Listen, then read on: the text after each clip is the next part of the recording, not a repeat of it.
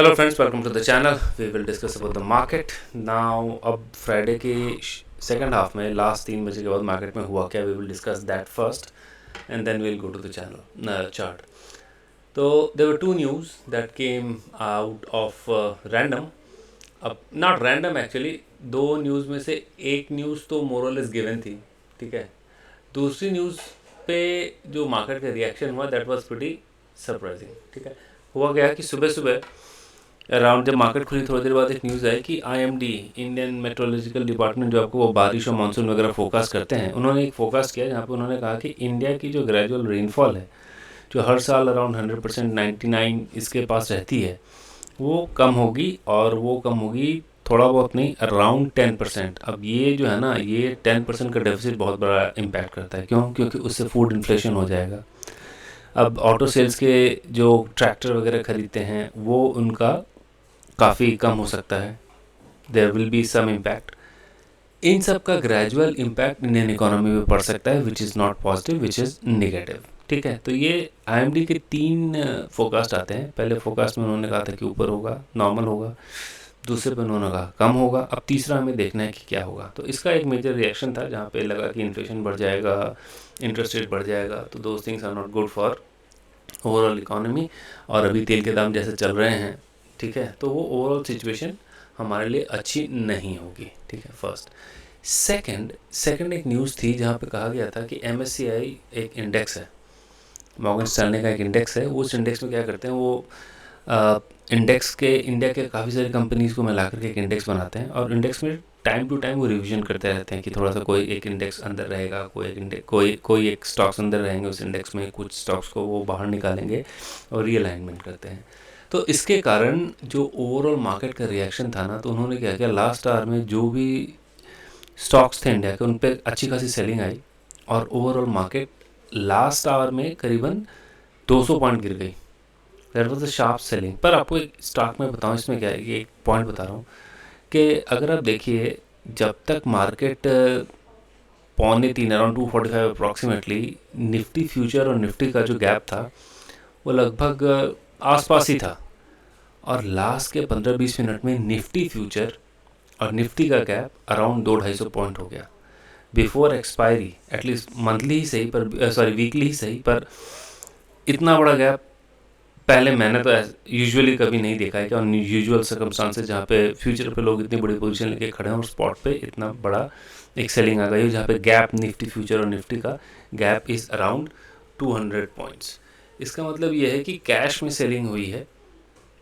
और कैश का सेलिंग का फिगर अगर मैं शाम को जब डेटा आया, we saw that was around 20,000 crore.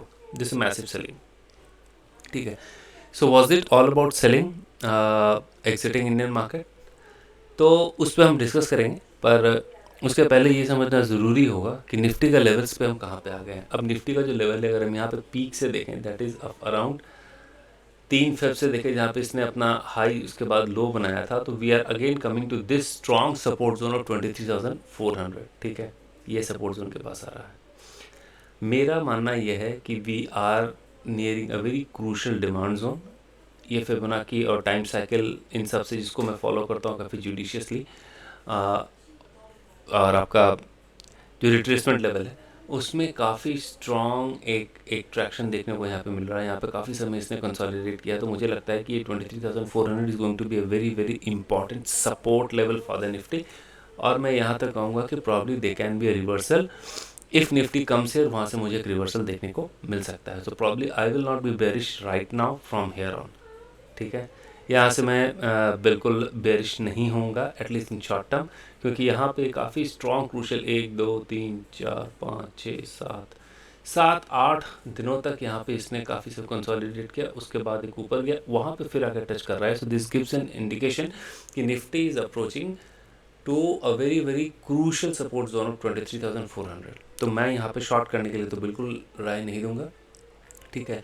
Second, अगर let me just try and draw one more thing, let me just give Nifty 50. अगर मैं देखूँ यहाँ पे, तो जस्ट गिव मी सेकंड. यहाँ पे जस्ट निफ्टी, ओके ओके, यहाँ करते हैं. ये निफ्टी 50 का चार्ट है, ठीक है. अब निफ्टी 50 की चार्ट की जगह हम लोग यहाँ पे एक साइड बाय साइड चार्ट लगाएंगे, यहाँ पे लगाएंगे, या we will just try and create ऐसा एक chart and then we will see how Nifty 50 future is trading. ये नहीं, जून का फ्यूचर है, निफ्टी जून फ्यूचर, यस ठीक है। अब आप ये लेवल देखिए, why I am saying that I am not very, I won't be very bearish here on, I'll tell you। इसकी क्लोजिंग है 23, या इसकी क्लोजिंग है 23,491, अप्रॉक्सीमेटली 23,500, और निफ्टी फ्यूचर का आप क्लोजिंग देखिए, that is approximately 23,744, so there is a clear gap of approximately 200 points. तो ये 200 पॉइंट का जो प्रीमियम है ना, that is giving me an idea कि we are at least we are not going to fall too much. अगर कोई ऐसा न्यूज़ नहीं आता, और अभी तक ओवरनाइट हमने देखा है कि हमारे पास कोई ऐसे नेगेटिव न्यूज़ नहीं आई है pertaining to oil and everything, तो माई टेक ऑन निफ्टी और मार्केट फॉर टुमारो इज और in near term is that we have seen the bottom and I am not going to expect, मुझे नहीं लग रहा कि इससे ज़्यादा कोई नीचे जाएगा, अगर जब तक कोई एडवर्स न्यूज़ ना आए। अगर ये 23,400 को तोड़ करके काफ़ी देर तक, आधे एक घंटे तक अगर ये सस्टेन करता है, क्लोजिंग मतलब डेली बेसिस पे की बात कर रहा हूँ मैं, अगर ये डेली बेसिस पे क्लोज करता है तब जाके we have to take a call, but otherwise I am not ready to believe कि यहाँ से आपको Nifty is going to crack much. ठीक है, यहाँ पे मुझे नहीं लगता कि Nifty is going to crack much, and the precise level for that will be 23,397 to 23,350, मतलब 350 से 400 का लेवल एक हो सकता है, एक हमारे पास अपॉर्चुनिटी हो जहाँ से मार्केट रिवर्सल कर सकती है। That is what my view is all about.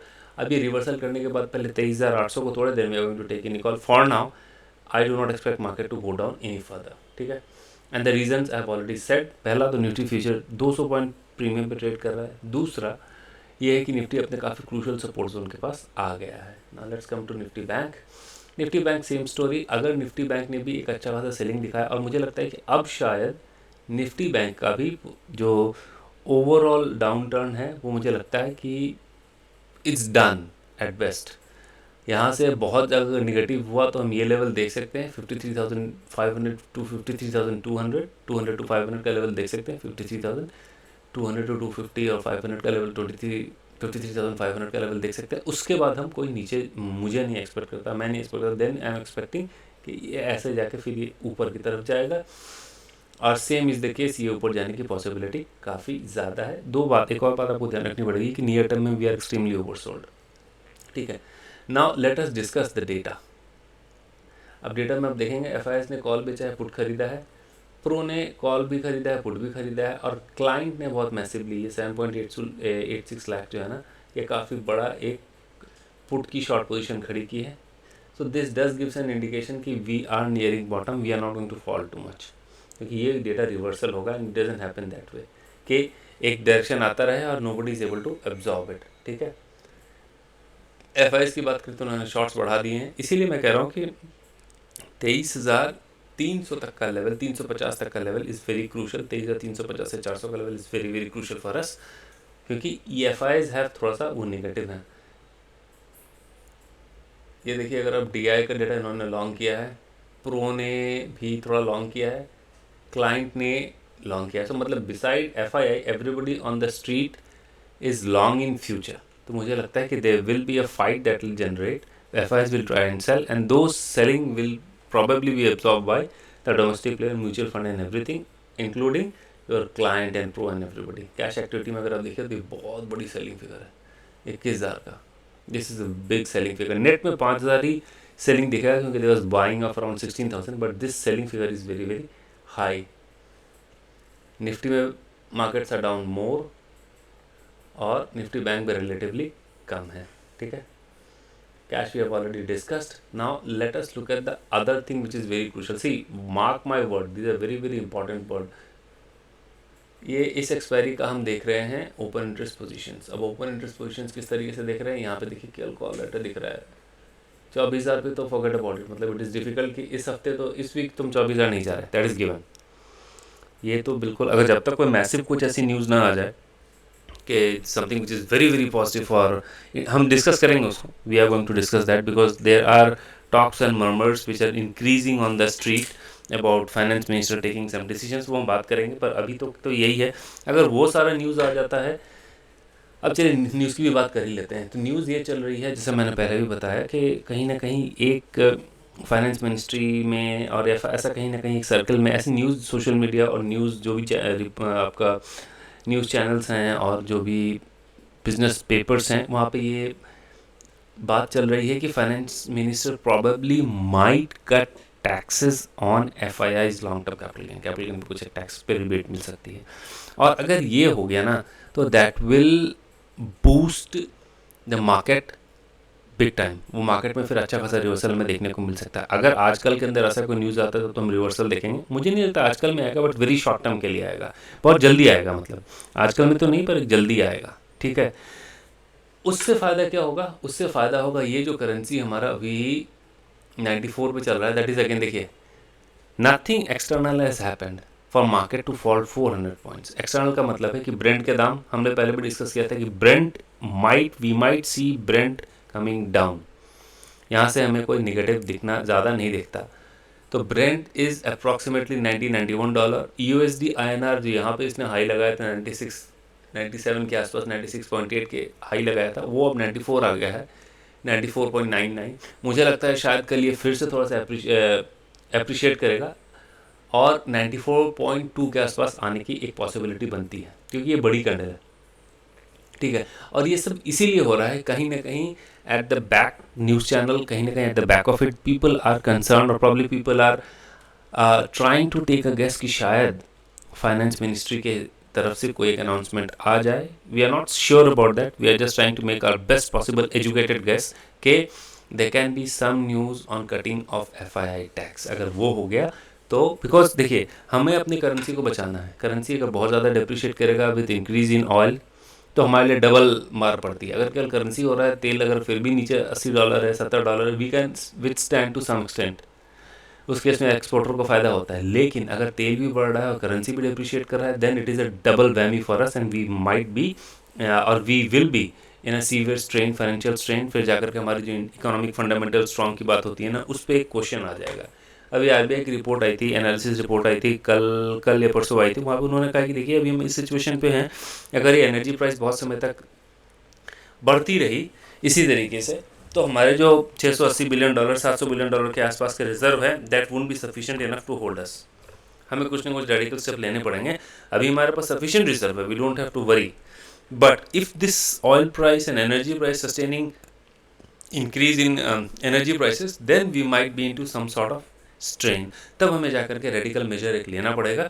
और मुझे लगता है शायद this government is not going to sit back, probably they might do some proactive step. और उस स्टेप में एक ही हो सकता है कि FIIs का जो टैक्स है वो थोड़ा कम होने के चांसेस हैं, और अगर वो कम होता है देन रुपये का जो अप्रिसिएशन है वो रुक जाएगा, ठीक है, और मार्केट भी ऊपर चली जाएगी। That is what our best educated guesses.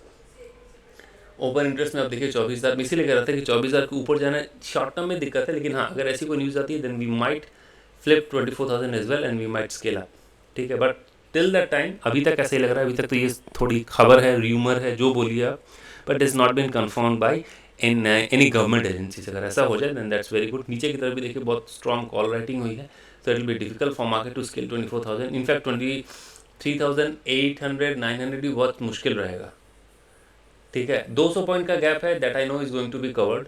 200 point का जो गैप है वो थोड़ा सा कवर होगा, क्योंकि फ्यूचर में अभी काफ़ी सारे लॉन्ग है, एंड इट केम अनअनाउंस कि इतना ज़्यादा गिर जाएगा market. There is heavy cash selling in the index first. एक और बात यहाँ पे आती है कि over the weekend people are very sceptical about the war of Iran and US। सो उनको पता नहीं कि ओवर द वीकेंड क्या न्यूज़ आ जाए, तो वो स्केप्टिसिज्म जो होता है ना, उनको पता नहीं होता कि भाई क्या हो जाए, something what if something bad can happen, तो they rather want to be safe then leave themselves in worry. तो वो उनको नहीं पता, तो वो एक स्केप्टिसिज्म भी के कारण भी थोड़ी सी सेलिंग एग्जेगरेट हो गई हमारे पास on Friday late market closing hour के आसपास। तो कल के लिए हमें क्या लगता है, let us be very pragmatic.